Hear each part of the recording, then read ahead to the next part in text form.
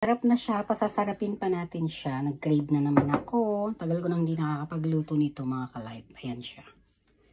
Alam niyo na siguro kung ano yung lulutuin ko. Tcharan! Okay, let's start. Sagisa lang. Lagyan na natin ng olive. Lagyan natin yung bawang. Hindi pala yung sibuyas. Ayan. Halo-haloin. Okay na, ilagay ng ating bawang.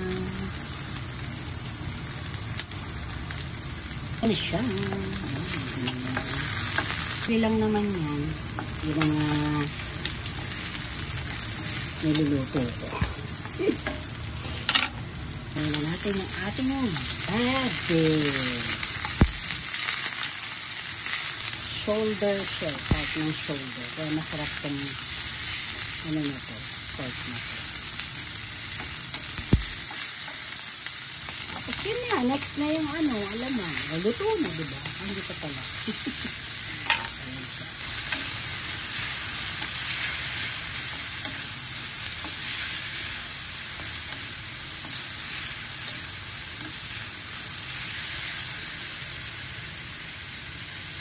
Sarap na ng kulay niya.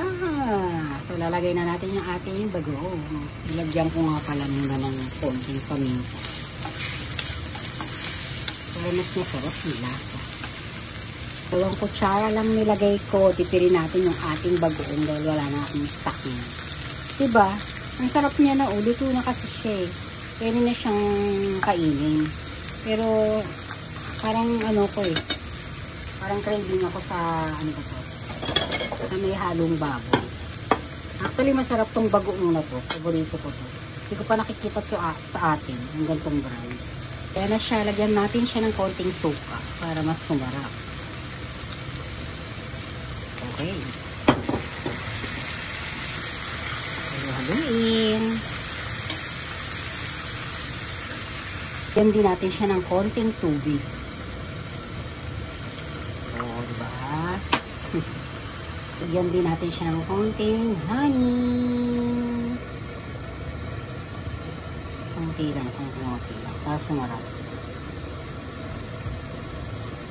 Okay. Then, halu-haluin lang natin. Ready to serve na siya pag kumulo na ng konti pa. Sarap niya,